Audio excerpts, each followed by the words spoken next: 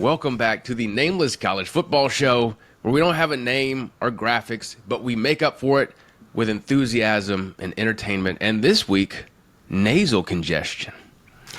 I'm your allergy-suffering host, Brandon. As always, I'm joined by my lovely, healthy breathing co-host who's going to carry us through this week, Petey. Petey, how are you doing? How are you breathing, most importantly? I'm a little stuffy, too.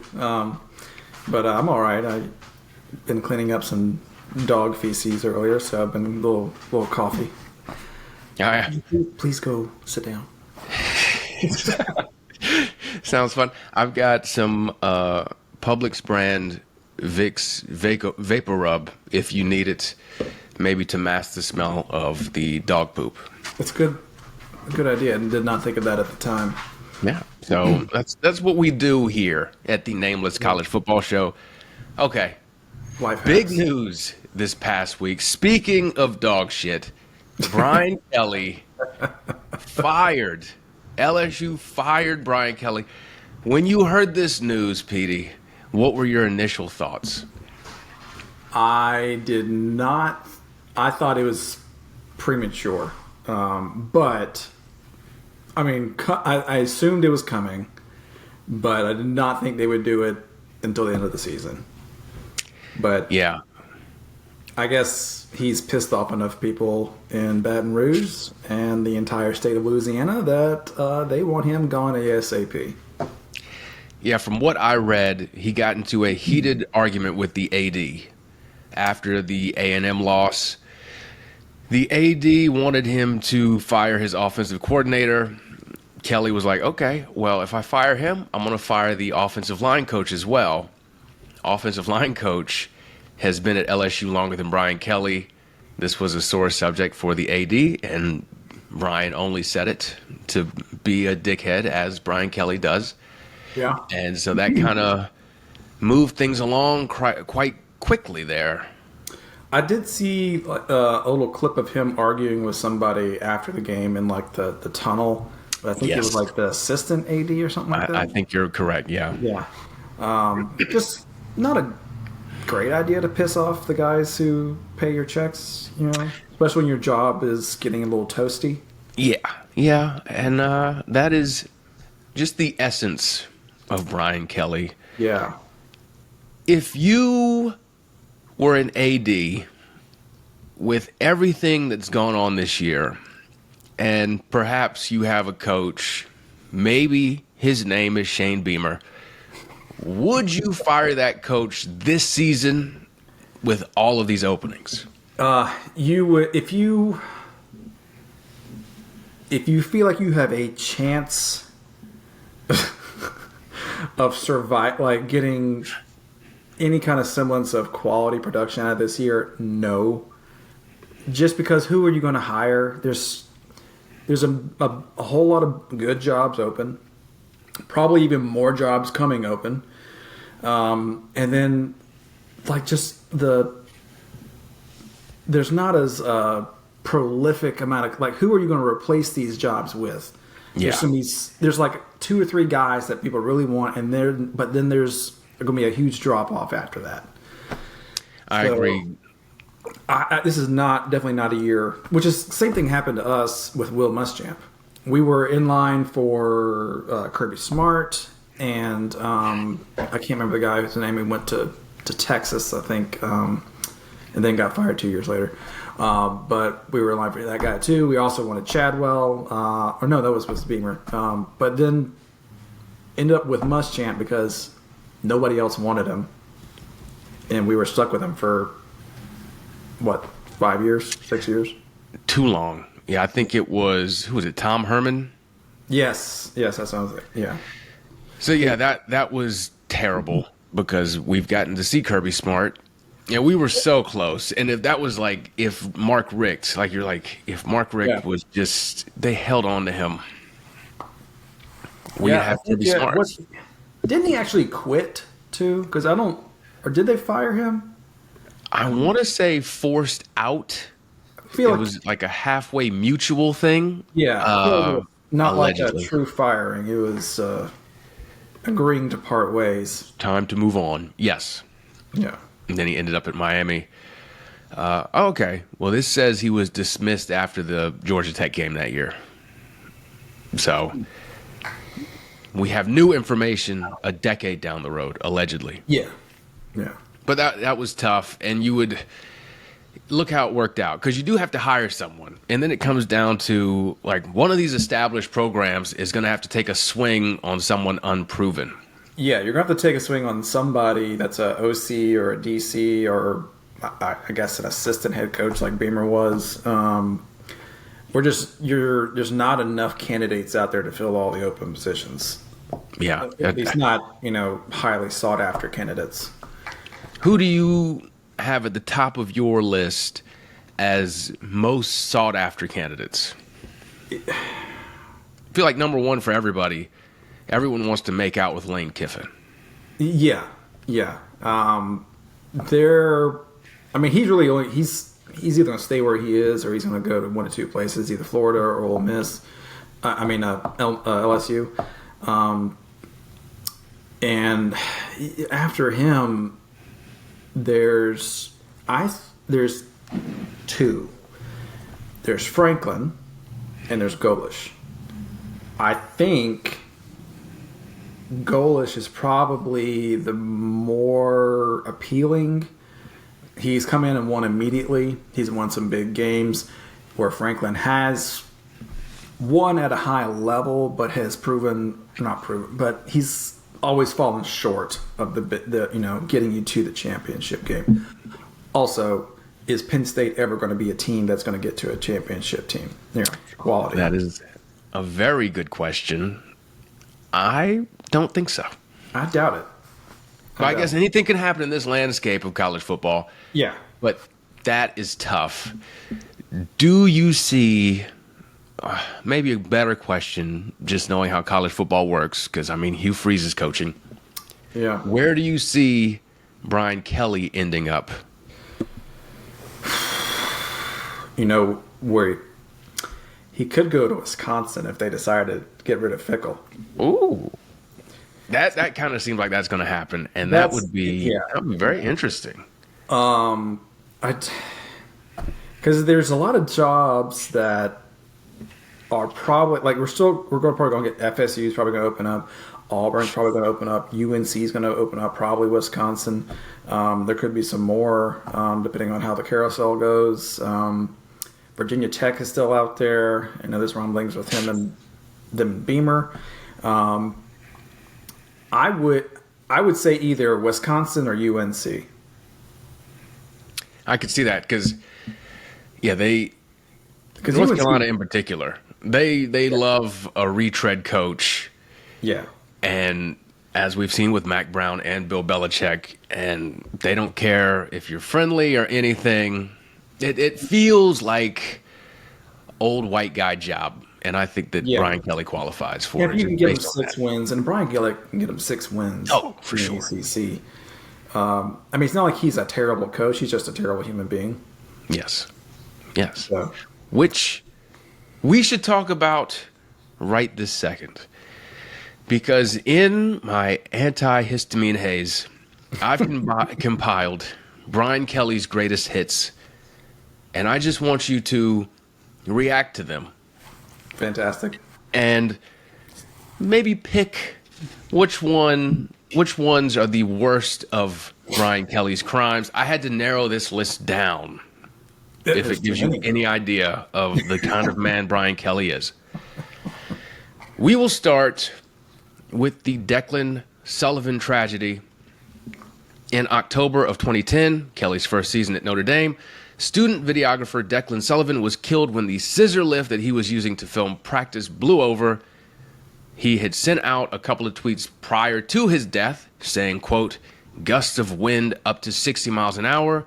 Well, today will be fun at work. I guess I've lived long enough."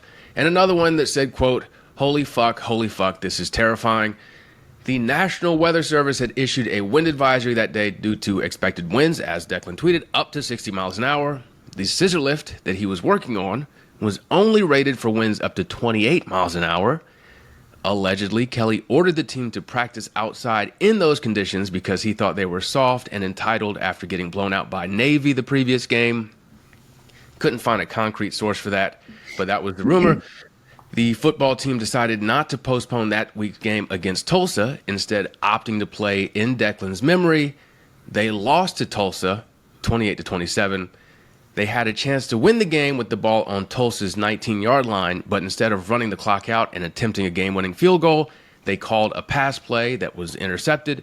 When questioned after the game on the decision, Kelly said, quote, "Get used to it." Jesus Christ. Yeah. I mean, you're starting out with a banger, so it's going to be hard to knock this one off the list. As long as the other ones don't turn out with manslaughter or murder, this is probably number one. That's true. It's going to be really hard. Which this one could be manslaughter. Yeah. Just his family decided not to sue the school. They were like, we don't want to hurt the Notre Dame. They were huge Notre Dame people, apparently. Bro. I probably would have sued the school. I'm going to be honest. You could sue Brian Kelly personally. Yes. But, yeah. Also, on those lifts, it says right on them, I have many experiences on lifts. It says, do not operate in high wind conditions. Yeah. And I guess Brian did not read those or care. Well, yeah. Get up there anyway. 60 feet in the air. Way to go. So, yeah, coming in hot.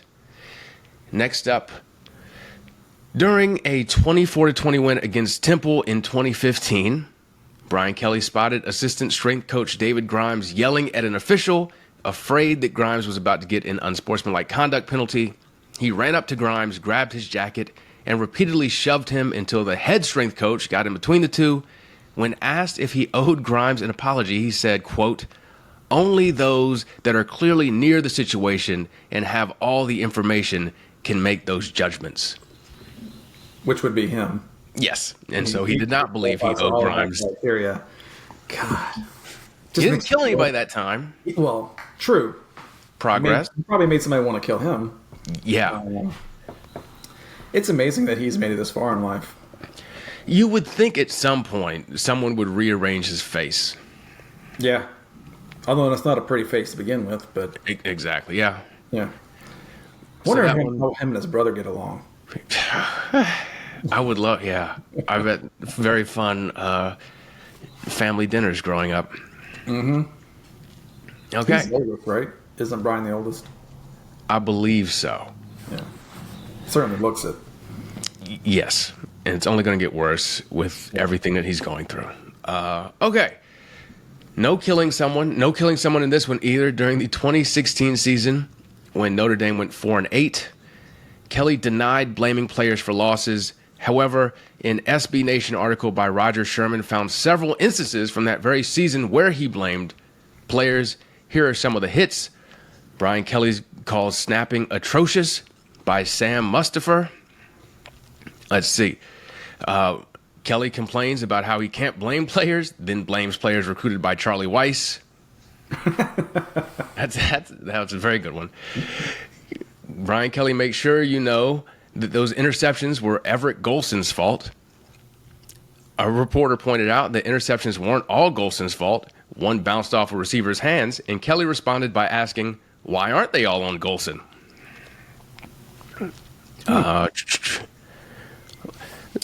Kelly blames a social media staffer for hitting the wrong button. What? I guess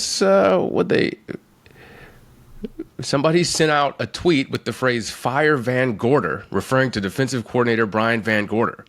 Kelly's Twitter account liked that tweet. Kelly insisted it wasn't his fault. Bullshit. That is. This is really good. Okay. When asked, what culpability does the head coach have in this case after Notre Dame was hit with violations for an athletic trainer giving players academic help, Brian Kelly said 0. Absolutely none. All right, so we have examples of two extremes with taking accountability for their actions. With Brian Kelly on one extreme and Shane Beamer on the other extreme. If we could just get somebody somewhere in the middle, you might have a good quarter or a good coach. Yes. Yeah. Just a ridiculous person, Brian Kelly. Yeah. He's This always next passing the buck to someone else, and that's what that's the reports I've heard about the LSU job. He was always setting up someone else to take the blame for him. legendary at throwing people under the bus. So, great guy. This story is a personal favorite of mine. Okay. In December of 2021, Kelly and Notre Dame assistants were at the home of recruit Tobias Merriweather. They showed up an hour early for the visit, stayed over 2.5 hours. Kelly and the staff talked about the logistics of, quote, sealing the deal with Merriweather, current landscape of college football, including recent news of Lincoln Riley leaving Oklahoma for Southern Cal. Kelly's own departure from Cincinnati to Notre Dame came up, as well as obviously all the things you would talk about with a recruit, about the perks of playing at Notre Dame. About an hour into the visit, Kelly excused himself to take a phone call, but returned and joined the staff and family for a huge dinner where Kelly had, quote, 3 servings of burnt ends. When the staff left, the Merriweather family checked their phones to learn that Kelly was headed to LSU. They immediately sent screenshots of the report to an assistant who was with Kelly. The assistant responded, quote, I showed this to Coach Kelly, and he says, that's bullshit. It was not bullshit. Tobias's dad, Dom, said, quote, I guess he wanted the burnt ends. I mean, at that point, you're just stealing from the underprivileged. What is he doing? He just goes out, takes a phone call, accepts the job, comes back in. His dad said he was, quote, cool as a cucumber when he came back in and ate all of their burnt ends. God.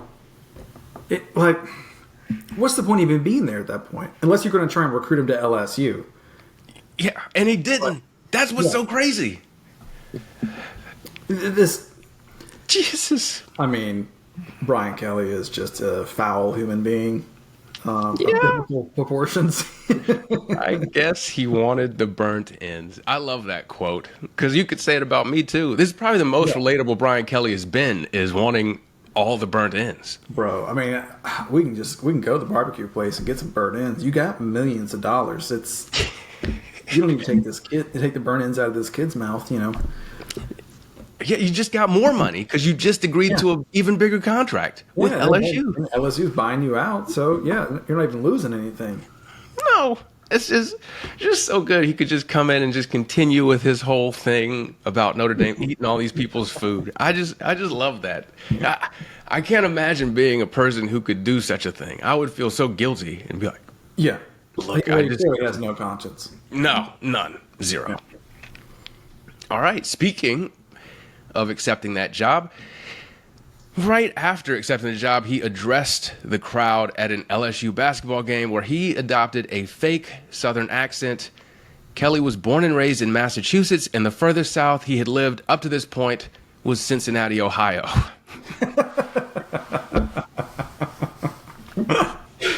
I mean, that's close to Kentucky. Yeah, you can like see it if you squint. What a freak. This guy. I mean, this is what we've been waiting for decades, it seems, just for the downfall of Brian Kelly. Yes. Because it was a long time coming. Oh, my gosh. He will get a job somewhere. Somebody will hire him. Yes. It'll probably be like Liberty or some school that just does not care about scruples. Man. Absolutely. Let's see. The next one, pretty good here. I will share my screen. He danced with quarterback recruits. Here he is dancing. This.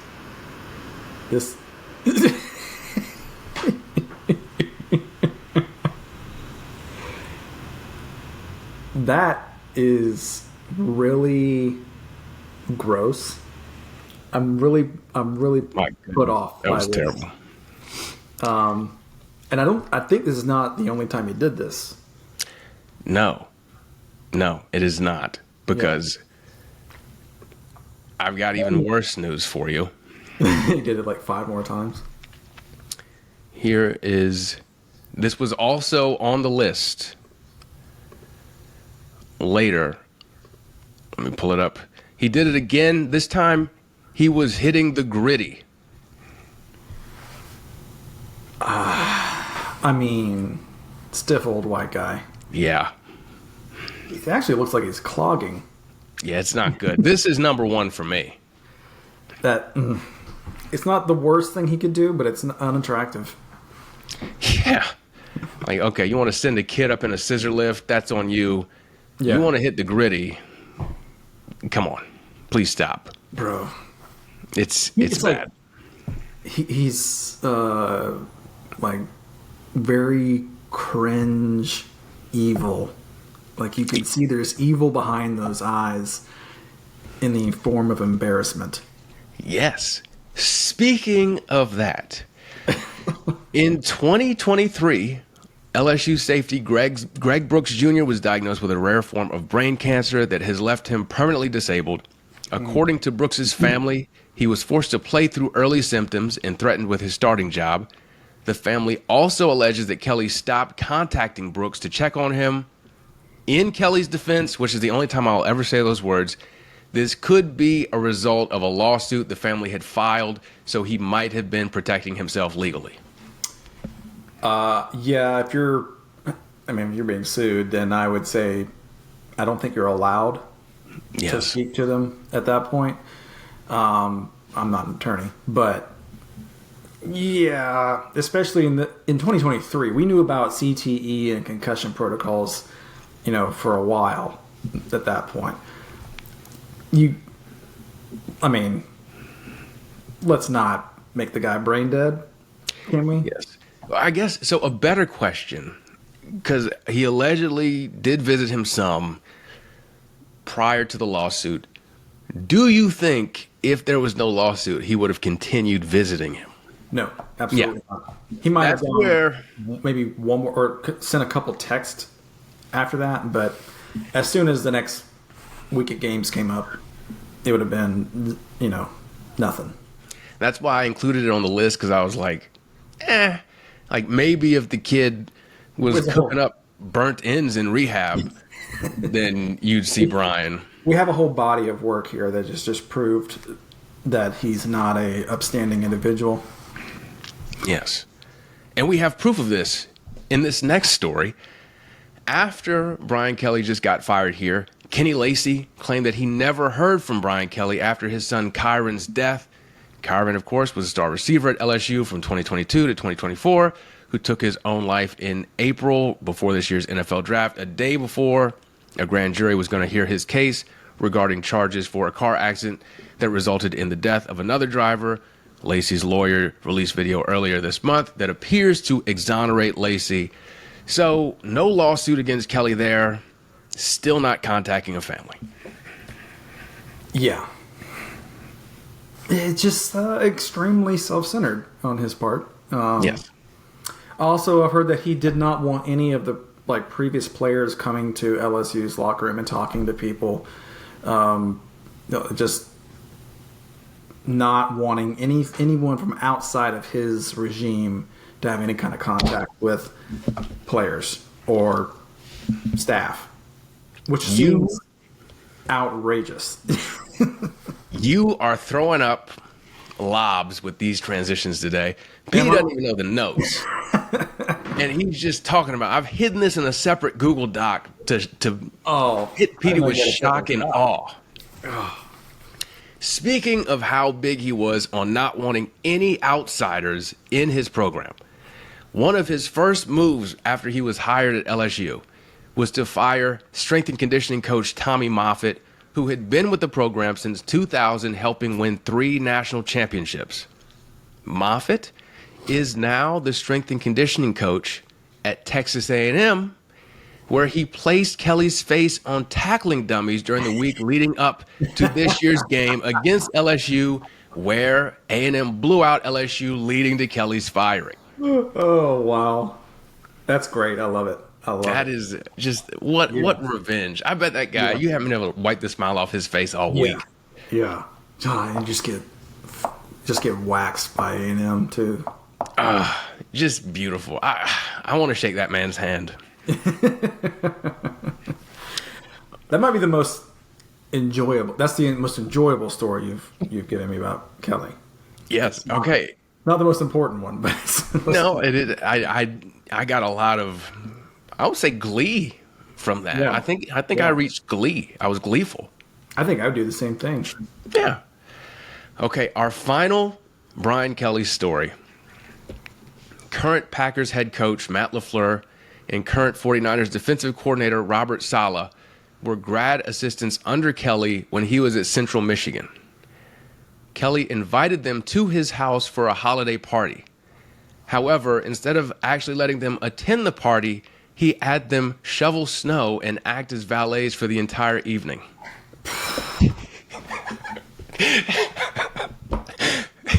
Yeah. You're the Central Michigan coach.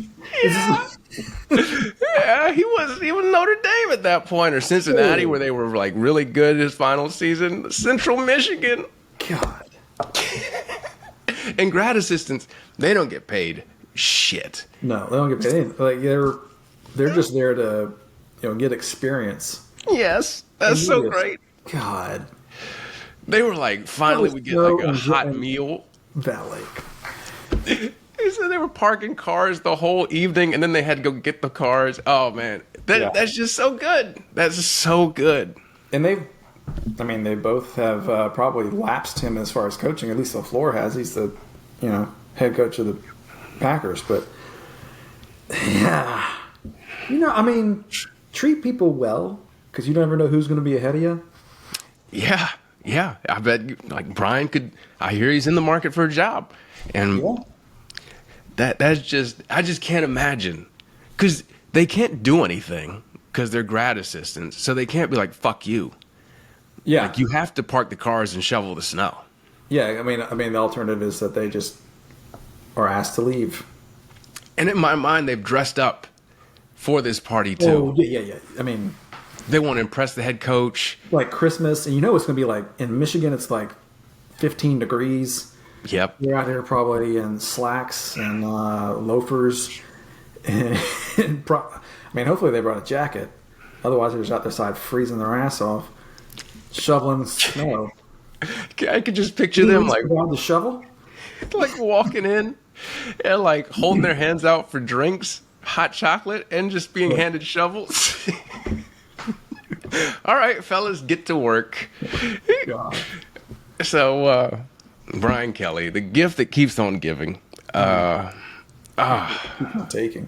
Yeah, what a guy. Any closing thoughts on Brian Kelly? I don't think so. What more could you say? Yeah, apparently he was like sitting on his recruiting was not doing too well, so he was sitting on beaches and stuff during high recruiting times at LSU. Just really, never embraced Louisiana. You could tell he just really hated Louisiana. I don't know why he went there. Did not seem like a smart decision, unless he just saw the writing on the wall by Notre Dame. But, shitty people get shitty results at some point. Yes, and that was the funny part, too, because he said he was going to LSU so he could have more resources to win a national title. Yeah. And just hasn't done shit, gotten fired. And meanwhile, Notre Dame, who, again, they don't have to really play anybody, but they have had a lot of success. Yeah. And he tried to get Marcus Freeman to come to LSU with him. He's going to make him the highest paid defensive coordinator. And Freeman said no. Yeah, well, I think you jump at the chance to not be under Kelly as your boss. Yeah. Even though it doesn't snow that much in Louisiana, you can't risk it. Parking those, what are those boats they use out on the bayou? Bobby Boucher drove to the game. Oh, the airboat? The airboat, yeah. You gotta valet park the airboats at Brian Kelly's burnt-in Bonanza. So, man, what a dick. Marcus. Yeah. Marcus Freeman, a man who had 7 kids before converting to Catholicism. Before? Yes. His greatest accomplishment. I was unaware of his procreation status, but That's a lot. That's a lot of kids. He's like my age, right? 39, Yeah. I mean, a year older than me. Good lord. getting after it. Good for him. Feel bad for his wife. Yeah, yeah. Good luck to her. She's got it worse than a Brian Kelly grad assistant. All right. Anything else from this past weekend that you wanted to touch on, or should we just move on to the Captain PD playoff picture? I think that's it. I mean, there's one thing I noticed just scrolling through scores and stuff, that Kennesaw State is undefeated in conference play, but this is their first year in the FBS, so they will not be able to go to a bowl game. What a weird rule. For a conference championship. It's the same problem they had with Jacksonville State when they joined. Like, I think Sam Houston was almost in it last year as well, but I don't know why this rule exists. Why not let the best teams play? It's goofy. You'll get a conference champion with an asterisk next to him. It is so goofy. You are 1,000% correct. Let the Owls in. I just see no benefit to it, and very funny for the NCAA to have rules at all. Especially at this point. Like, just right now, you already got like 15-year seniors in here playing because they keep winning against you in court. So let's just do away with all of this nonsense that pretends that we're not just a D League for the NFL. Yes, enough.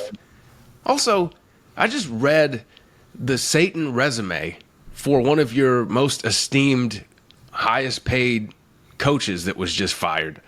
Like, you can't act like you're this big moral being when you're employing this man, and he's one of the most revered and highly paid people in the sport. Yep.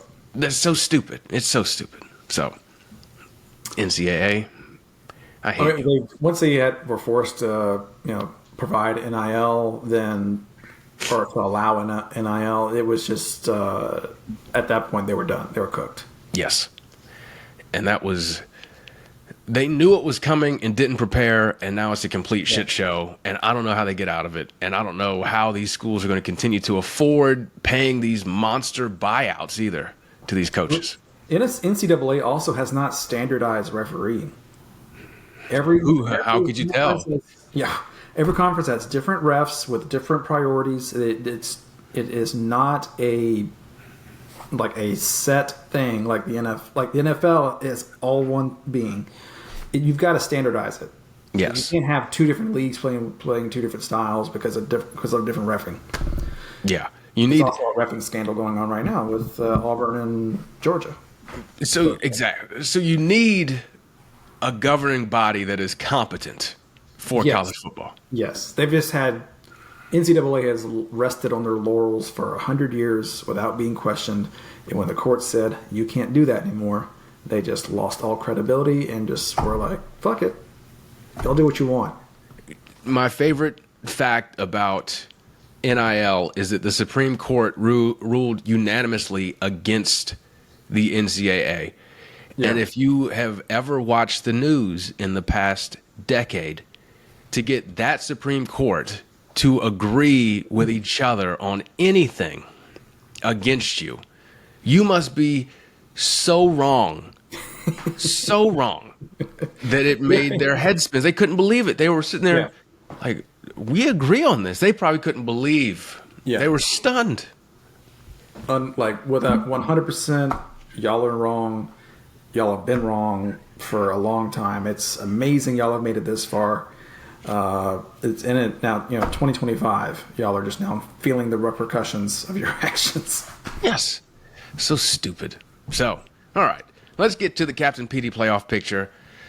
Quickly, number one. Ohio State. I don't know how they don't hold on to this spot the rest of the season. Yeah. All right. Number two. Indiana. Blowing out UCLA. There was a lot of people that had UCLA covering in this game because there was like 25-point dogs. But nope, 56-6. Jesus, I love India. All right. A game we're going to talk about here shortly. Yep. Alabama. I mean, number 3. Good Lord. Too much Alabama. Too much Alabama. Yeah. I want to mute myself. So I still have I have Alabama at number 3, even though they had a lackluster performance against the Gamecocks. They had played a true gauntlet before they got to us this week, and they just showed that they were a little tired, I think, but pulled out the win. Good Yes, teams win. I have sniffed some fake Vicks. I've got my mind right again. Number 4. Number 4, Texas A&M. They've jumped up this week. They blow out LSU, get Brian Kelly fired, so that makes me feel a little better about them. They also have of the remaining SEC schedule, they have a fairly easy SEC schedule going forward. So there is highly likely that they are going to be in the SEC championship game. Incredible. What a time. Yeah. Okay. Number 5. Number 5, Vandy. They take care of business against Mizzou. Did not look like a fun game to play in. 17-10 against Mizzou at home. They just keep winning. Yep. So, Diego Pavi's been beating NCAA's ass in court. yep. So, yep. Good for him. He is 37 years old. All right. Number 6. They had a bye week this week, but Georgia's still in the mix. Still got a chance at a championship game. They're peaking at the right time of year. Yes. Number 7. Oregon, 21-7 against Wisconsin.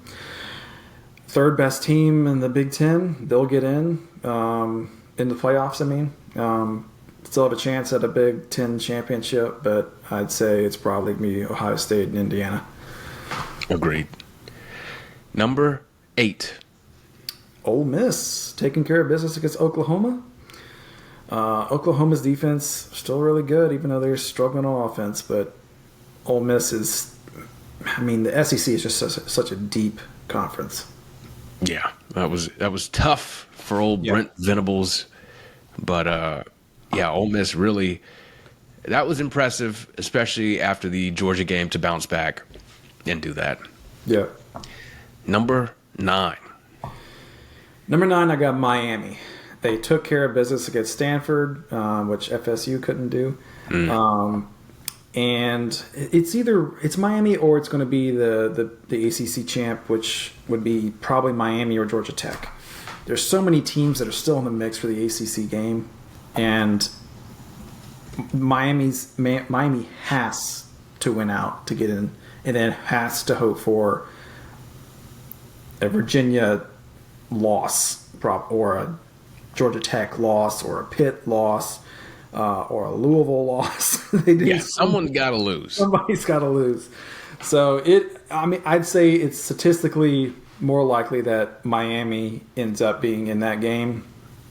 But UVA has just had so many close games in overtime and pulled it out of the end to be undefeated, or not undefeated, but in conference play. This is a crazy conference, and Miami's their best team, and they might not make it in the ACC championship game. And if they don't, they're not getting into the playoffs. No, they just enough with that. You have to win. I'm tired of dealing with Miami. All right, number 10. Number 10 is Texas Tech. It's either going to be them or BYU that's going to win the Big 12. BYU hammered, put it on ASU, or not ASU, in Iowa State, and then Texas Tech just waxed the floor with Oklahoma State this week. So it's probably going to be those two in the ACC or in the Big 12 championship game. I say Texas Tech comes out alive on that one. I will say, I just saw that quarterback Will Hammond is out for the season for Texas Tech. He was out before this past week, right? Yes. So they keep switching back and forth because they keep losing quarterbacks Yeah. But it doesn't appear to matter, like you're saying. Like they just keep throwing out new quarterbacks who can play the position well. I don't understand It it. only seems to have mattered against ASU. And every Yeah, other game, they've put a lot of points up. really crazy. Okay, number 11. Number 11, Notre Dame. Notre Dame's probably going to win out. And if they only have 2 losses, they get in because they're Notre Dame. Correct. Yeah. Number 12. Number 12 is Memphis. They beat USF this week. They're still a weigh-in for Tulane and Navy, but Navy has a much harder schedule. They've got to play just brutal. Memphis, Notre Dame, USF, and Army. Yeah, brutal for them. Any other teams we should know about? Keep an eye on. I think you mentioned all the ACC ones. Yeah, still in all the mix. ACC ones. The ACC is just a crap show, which will get sorted out, I guess, later on. But it's the ACC is such a weak power conference to begin with. Yeah. But yeah, that's it. I think I've got as far as our playoff picture. Beautiful and correct, as always. Always. Moving on to this weekend's games. Most exciting, most important, best non-Big Ten SEC game. Let's start with the most exciting game of Week 10. What do you have? Most exciting is probably going to be UGA and Florida. Rivalry game. Florida wants to make a statement. They fired Napier. Are they going to, if they come out looking to make seem like this season is going to be worth something, they're going to give Georgia something to fight for. And it's a rivalry game, so you never know. This is always going to be something between these two teams that's going to be tough to call. Yeah, I don't know in what the spread is in this Jacksonville. game, but yeah, it's always in Jacksonville. I don't know what the spread is, but this won't be. I expect there to be some fireworks going on in this one. Spread is 7.5. So that's interesting. New coach, interim coach, Billy Gonzalez. The last time that an unranked Florida team beat a ranked Georgia team was 2014. Will Muschamp was coach. Oh, Yeah. Yep. well, that's not going to happen this year because Muschamp is on the Georgia sideline. Yes. So they're able to overcome that and be okay. I'm not sure if he's actually allowed in the building, but he's around. If Kirby is truly smart, he's not. Yeah. All right. The best non-Big Ten SEC game. Miami and SMU. SMU is not a cupcake team. They have beaten quality opponents. They had a great run last year. They're one of those teams that's kind of just hanging around, like behind the scenes in the ACC. And Miami has to show that they can play for a playoff spot. Like they have got to put up points and make it big on SMU. So Yeah. It's an important game, but I think it's also going to be your best game of the week as far as non-Big Ten or SEC. Yeah, Carson Beck has to show that the wheels have not completely fallen off. Yeah. Because even in that Stanford game, that was mostly a Mark Fletcher Jr. and Malachi Tony Well, it's been performance. Malachi Tony all year, and Yes. just Carson being a guy out there. That's all he needs. That's all he's doing, just being a guy, putting it in players' hands that are going to do something incredible. Yes. All right. And finally, the most important game in terms of the playoff picture. Most important, Cincy and Utah. Both these teams still have a path to the Big 12. Cincy's only got one loss, or I can't remember I can't remember who they lost to, but they are in the hunt. And that the Big 12 is going to be a mess at the end of the year. It seems like, as far as a lot of one-loss teams. So these two, Cincy has a more legitimate chance at it if they can win out. So I think Utah's already got 2 losses. Yeah. But Yeah, this should be a fun game to watch too, I think. Oh, Brendan Sorsby lighting it up for Cincinnati. They opened the season with a 3-point loss to Nebraska. That's right. Very strange looking back now. Nebraska's not bad this year, but They're not great either. no. They're a mediocre team. Yes. Speaking of mediocre, Petey, what is that sound? Do you hear that sound? It is me sniffling. No, wait, it's not. That's right. It is time for the Gamecocks football captain's log presented by Morris Island Charters. Oh, shit. Okay. Much closer game than we expected against Alabama. Yeah. I mean, I got it wrong. I thought this game would happen last week against Oklahoma, and we got it. I was off by a week. Yep. So this game was very winnable, and in true Gamecock fashion, we blew it at the end. Also, we had the initial pick six by Faison. Oh, God, yes. We had a missed field goal.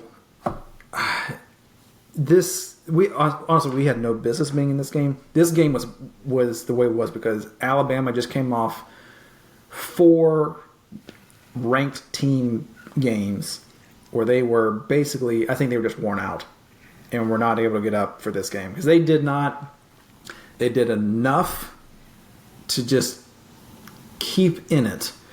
And then finally, where they were like, we've got to do something to win this game. They did it. So they had a lot of self-inflicted wounds, penalties, dropped balls, inaccuracy by Tyson, or Ty Simpson. Man, it's just, also, I mean, we shot ourselves in the foot too sometimes. So this is what happens when we don't just kill ourselves every play by false starts and holding and whatever. We actually had reasonably a productive offensive showing, which is amazing. And guess what happens when you actually move the pocket with a mobile quarterback? He doesn't get annihilated on every play. That is impressive to see. Yeah. It only took us 10 weeks to figure that out. Slowly but surely, we're getting there. By the end of the season, Coastal, you better watch out. Yeah. So a couple of things stood out to me. First of all, hilarious pick six where Faison just gifted an interception to them. Yeah. That had me, I busted out laughing because it was just such a Gamecock thing to do. Also, we finally throw it deep to Nick Harbor, which you've been yelling about ever since Nick Harbor was born. 54-yard touchdown, the only reception he had all game. Yeah. Like we just Fine. If you throw it deep to him every time, that's fine. But yes, you got to do it. You got to do it. yes, You got the weapon. Why are we not using the weapon? yes. It makes no sense. And again, the running game we can't do anything with except for Lenoris, and he's only good, it feels like, when he's scrambling. Like design runs are useless, and that's where the fumble took place. Yeah. But we also had some RPOs in there, which it's, I guess, is not technically design. I mean, it's design, but it's not like for sure he's getting it. We did a lot better job at that, which I've not seen us do very many RPOs at all this year. Also, of course, moving him out of the pocket, getting space, just also Fuller is clearly our best running back. Yeah. And every time Attaway gets the ball, I'm afraid he's just going to take a step backwards and not get the first down. So I would, it's so depressing watching this game. Yeah, because you're talking about our best running back being Matt Fuller. You are correct. He also ran 12 times for 19 yards. Yeah. So, but the thing is, he actually, like, several times, he put his shoulder pads down and got the extra yardage that he needed. He got it when it mattered. And the problem is, everyone's in the backfield immediately. So, those 19 yards are like 5 yards a carry in real life because he's getting hit immediately. Yes. So I agree. He is good. This is more of a reflection on the offensive line. Are you seeing any progress with the offensive line since firing Ronnie Teasley? Yes. Well, this week, I don't know especially, but this was the best I've seen them look. They actually picked up blocks. They still missed a lot of stuff, but they also weren't getting false start every other play. Yes. Which is incredible at this point, that we just are getting the ball off when we're supposed to be getting the ball off. Offensive line is still atrocious, but we did a better job masking it. Like I've been saying all year, roll him out. Yeah. That's what you do when you have a terrible offensive line. You roll him out. But yeah, we had a great fourth. We actually had a pocket around Sellers at some point. We gave him 3 seconds to throw to Nick Carver down the field, and look what happens. Yeah. We don't have to give him 12 seconds. Just give him 3. We also did a better job like throwing the short pass, like quick passes, getting the ball out quickly. Didn't do a great job at it. Sellers is also not as accurate as he needs to be, but I'll take what I can get at this point. Yes. What did you think in general of the fourth quarter, where we got up 22-14 to lose 29-22? I mean, did you have any? Were you surprised at all when Alabama came back and won this game? No. I knew that this. I wasn't able to watch the game in real time. I had to go back and watch it later. But my uncle was texting me. He's like, "Is this going to happen? Maybe?" Question mark. And I was like, "Wait till the clock's at 0-0." A bizarre move. I feel like the game was tied, and we were getting the ball. It's tied 22-22. We were getting the ball with a chance. This is where Sellers fumbled, and everyone rushed to get ready to storm the field. That was so insane to me. I was like, I could not believe it. I think maybe it's just the student section was like, maybe they've been watching too many storming the field videos before the game, and were too zealous. But I was like, how are y'all thinking you're going to storm the field when it's tied with 2 minutes left? And after Nick Harbor fumbles the kickoff return, yeah, we have to go 90 yards. But it was crazy. It was pure insanity. I could not believe it, because you're counting on us to get down the field with our offense, number one, and then either score a touchdown, which seems impossible at times, or attempt a field goal with a kicker who I simply do not trust. No. I mean, he's 50-50 from 30 yards. Like, not great. Yeah. That's it's the true stars of this game for us was our defensive line. Yeah, they were incredible. Nick Barrett was a human submarine. He knew exactly what to do, get underneath the offensive lineman and plow through. And man, he made him pay for it. And obviously, Alabama was not ready to have a hard-fought football game. They just looked really lackluster on offense. But when you give our defensive line opportunity to rush, that was Simpson's problem. He was not ready for that pass rush. No. The defense, they're playmakers on that side of the ball. Yes, we have playmakers on defense. And they made up for some blown coverages, because there should have been 2 or 3 touchdowns that were dropped by Bernard, and I can't remember who else was the other one by them. But Swain had to come back and knock it away, even though he got beat. So yeah, just not Still not great covering the ball, but we have some monsters up front. Yeah. So that was that. Now we move on this week, taking on Ole Miss, going to Mississippi. What could go wrong? Everything? Yeah, probably. I mean, let's not get it wrong. I mean, this week was a fluke. This is not Correct. how we're going to look next week. I'm hoping we look this good when we come to play Clemson. Yeah. And that's all I care about at this point. I don't care about any other game. Let's just play Clemson and beat Clemson, and we can be the toilet Palmetto Bowl winners. Yes, agreed. And I do have to say, I see a lot of talk online about how we should be proud of hanging tight with Bama. And I want to say, if you feel that way, you are a loser. Yeah. You're a loser. Yeah. Plain and simple. That is a loser way to think. A loser And mentality. you are a loser. Yeah.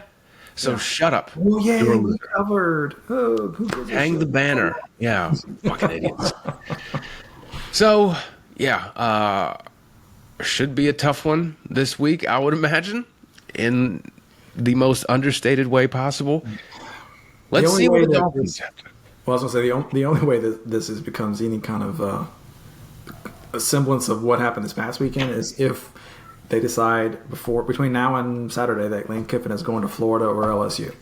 That is true, because he might. You never know. Really? Let's see what the Dolphins have to say. Saturday, 7 p.m., ESPN. The spread started at 14.5. It's down to 12.5. Where are the Dolphins putting their entertainment porpoises? It's on Ole Miss. You're putting it on Ole Miss. We're not going to go into Ole Miss and stop that offense. And also, their defense is still really good too. I mean, unless Lenoris does incredible Lenoris things, which he has done, but I can't see it being enough. No. Going to be very tough. I want to believe because I'm stupid. But I have never believed in this team. Even when we were winning 11 games a year, I've never believed in them. They consistently let me down at the most opportune time. yeah, that's true. So, man, yeah, I think you're right. I think it comes down to, are they distracted because of Lane, his name coming up in all these coaching searches? Yeah. I doubt it. So I think I have to agree with the Dolphins here, sadly. Yeah. Hopefully he doesn't get a chance to throw a clipboard this year, I guess is the only thing we can hope for. Anything's possible. That's true. Yeah. All right, any closing thoughts? I don't think so. All right, well, tell the people where they can get a nice, beautiful tour with Captain Petey. MorrisIslandCharter.com. Email me at morrisislandcharters@gmail.com. Look me up on Instagram, Facebook, Morris Island Charters. Text me 843-608-8006. Beautiful. I'm going to go cut my nose off, and we will catch you next week. Ta-ta.